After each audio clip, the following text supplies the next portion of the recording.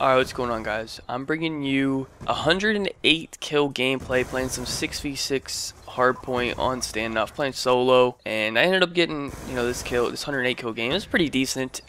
I don't know, I was just fucking around with 6v6 because multi-team is like unplayable for me during the day and shit when I'm trying to get gameplays at least, because every lobby I get recognized and kids try to anti me or whatever. Anyways, it's good for me trying to get anti gameplays, but it's not good for me trying to get like 100 pluses and stuff. So anyways, I was just trying out some 6v6. I ended up pulling off this gameplay, so that was pretty cool. And yeah, that's pretty much all I need to say about that.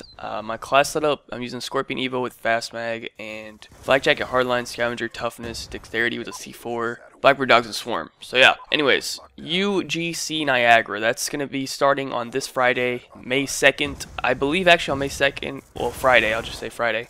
I don't think all the teams are playing on Friday. I think some teams have a bye, I'm pretty sure. And they'll all be playing on Saturday. I think the probably like top 4, top 6 or something have a bye. I don't know, I'm not sure. I may be wrong about that, but anyways, I thought I saw that somewhere on Twitter. But anyways, so that's going to be pretty cool. I think pretty much every top team is going, and everyone's going to even have like their full roster and everything except for TK, who's going to be playing with Madcat for Apathy. So overall, it should be a pretty good event. The one, I guess, kind of bad thing about it is going to be on the Xbox 360 instead of the Xbox One, so it's kind of a downgrade from champs and stuff, but I think that's pretty much the only downfall of the event. Everything else should be pretty good. So yeah, anyways, I think it's also being seeded by pro points too, actually. Yeah, because it doesn't have anything to do with the league, so this is like, it's kind of like a throwback tournament, kind of how they used to do it before the league and shit. So anyways, overall should be a pretty cool event, and you definitely should watch it if you're interested. But anyways, start with the predictions. Number 1, gotta go with Complexity. Pick anyone else would just simply be a stupid pick. I think that's all I really need to say, to be honest. Now, if there was an event they could lose, it might be this one, simply for the fact that it is back on the 360. They don't like that. They really despise the fact that, it's switching systems and stuff. And also because I feel like they kind of lost a little bit of their fire or their drive ever since they won COD Champs. Because, that was their goal for a whole year. Even last year during Black Ops 2, they were trying to get ready for Champs this year. Like, that's all they really wanted. And now they got that, so I'm not sure how much they really care anymore. I know, but it does matter to Aches and stuff. Like, he's always trying to be like the best Call of Duty player of all time or whatever.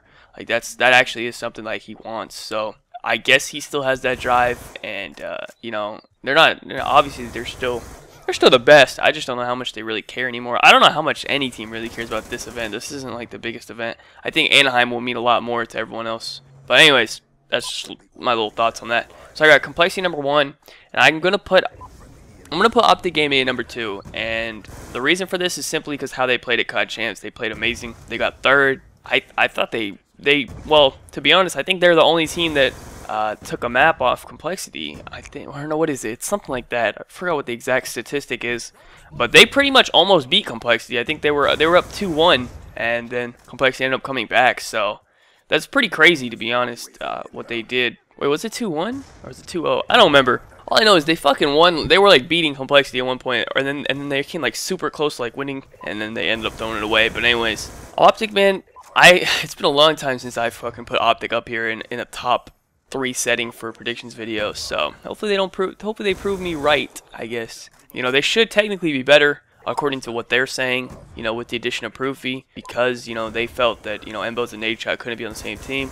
So if what they're saying is actually true, then they'll be a better team. So yeah, I'm gonna put them at number 2. I'm gonna put Envy at number 3, and this is once again based on what happened at COD Champs. They finished 2nd, and that was with playing with Rambo, who, let's be honest, he kind of does struggle as much as his like strategies and as much as he is like a great leader and all that shit. He really does struggle in like respawn game modes. So now they have Parasite for Rambo, which is a huge upgrade as far as gameplay. As far as like other shit, like not so much. Probably as far as like team chemistry and stuff, that's not gonna be a good thing, because everything that Parasite ends up being on, they're usually arguing a lot and stuff, so that's not going to be good. But as far as on paper and how the team looks as far as like gameplay is concerned, that should be a really strong team. So I'm gonna give them the number 3 seed. It's not a seed, 3 prediction. So number 4, I'm gonna give it to FaZe Black, and the reason for this is because that's the old SB team, the only team that's beaten Complexity, except they have Formal for Apathy. Now, if you didn't really get a chance to watch COD Champs or regionals, actually I should say more likely, you'd probably think this team would be like a million times better with Formal, but Apathy made a lot, and a noticeable amount of like huge plays for them at regionals that allowed them to, you know, have that great run, and they're not gonna have that anymore. Now, while Formal's probably a better like individual player as far as like gun skill and, you know, slaying ability and all that type of stuff, but as far as like big plays when it matters and stuff, that's something Apathy did for them that, you know, someone's gonna have to pick that up. And, you know, Formal, certainly he is capable of doing it, but I just haven't seen it yet. So we'll see what happens with that team. So I'm gonna put them number 4 simply for those reasons. Number 5, I'm gonna put FaZe Red. They kind of did like the opposite of Optic. You know, they said that they had too much slaying with Proofy and they dropped them and picked up Theory. And whereas Optic said, you know, they needed Proofy slaying, so they dropped them both and picked them up. So I'm not really sure which of these two strategies is the correct thing to do. I guess we'll find out at this event based on how these teams play. I guess, I don't know, this team should be really good because, you know, they were really good with Proofy. Now, Theory's certainly not as strong of a player as Proofy, but he's a lot better at like playing the objective and doing like, you know, the random things that need to be done, whereas Proofy's more concerned on like, you know, just killing things. So we'll see how that works out for them. I think it should work out good. They should definitely still stay in the top 6 like they have been, really. So I'm gonna put them at number 6. I think. Wait, is that number 6? No, it's 5. They're 5th. I got them at 5th. Okay, so number 6, I got Optic Nation.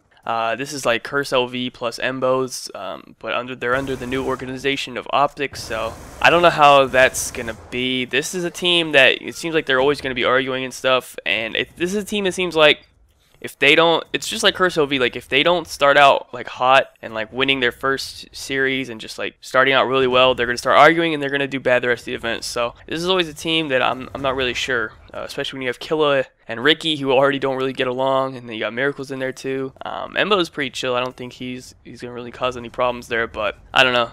It's just going to be a little bit of a questionable team always, I think. It's always going to be like that with Killa, I guess. But, you know, it's still a strong team, very strong S&D team for sure. Should be strong in Respawn as well, I guess. But I think S&D will definitely be their strong point. And, you know, there's 2 S&Ds in every best of 5, so that should be 2 wins for them every time if they play it right. So Optic Nation at number 6. Now I got TK at number 7, and I normally wouldn't put TK this low, simply because based on their past record, besides COD Champs at least, they always play pretty well. So, but they are having Mad Cat fill in. Now Mad Cat's a really good player and everything, but they just have no real chemistry with them or anything like that. So I don't know how it's going to really work out. That really does mean a lot. Team chemistry. That's the reason TK was so good in the first place, because, you know, individually skilled, they didn't have the best players, but as a team, they all just worked really well together. So I'm going to put TK at 7 simply because of that. And 8, I'm putting SB at 8. I don't know. Maybe one of the Curse teams could sneak in here at 8. Maybe Curse Black or Curse Orange. But I'm putting SB at number 8. You know, Methods, Stainville. Shit, I don't even know who's on SB at this point. I know it's Methods and Stainville, but I don't even know. Oh, I think it's John and Spacely. This is a weird team because I haven't really got to see them play too much. I haven't got to see Methods. I haven't got to see any of these players really play that much. So I don't know. But I'm gonna put them. I'm gonna give them the benefit of the doubt and put them at number 8. But I think one of the Curse teams could sneak in there at number 8 as well. So yeah, thank you guys so much for watching. That was my predictions for UGC Niagara. Be sure to leave a like rating if you enjoyed. Subscribe if you're not already. Follow me on Twitter. Links in the description down below. And other than that, have a good day and peace out.